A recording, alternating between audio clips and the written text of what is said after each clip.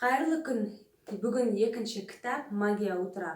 Бұл кітапты мен жарты жыл бұрын онлайн түрін оқыған болатынмын. Менің ойымша бұл кітап бәріне арналмаған. Егер сіз шабыт, күш, энергия, мотивация іздеп жүрсеңіз, онда бұл кітап сіз үшін. Ал егер сіз еш нәрсені үлгермей, шаршап, мақсатыңызға уақыт таппай, еш нәрсе істегіңіз келмесе, онда бұл кітапты міндетті түрде оқып шығыңыз. Кітаптың атынан байқағандай, бұл кітап азанда ерте тұру туралы жазылған.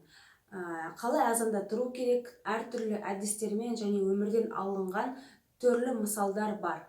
Өзіме түйген ой және жүрегіме батқан сөз ол проспать свою жизнь.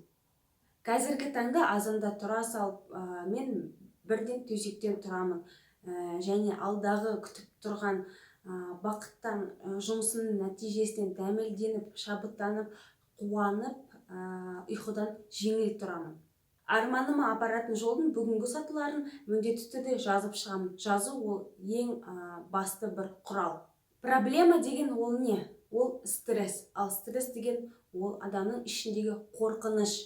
Стресс ол қорқынышы барын мойындаудан қашу. Ал егер біреу ызаланса, қанағаттандырылмаса, ол провал. Істің нәтижесіздігі.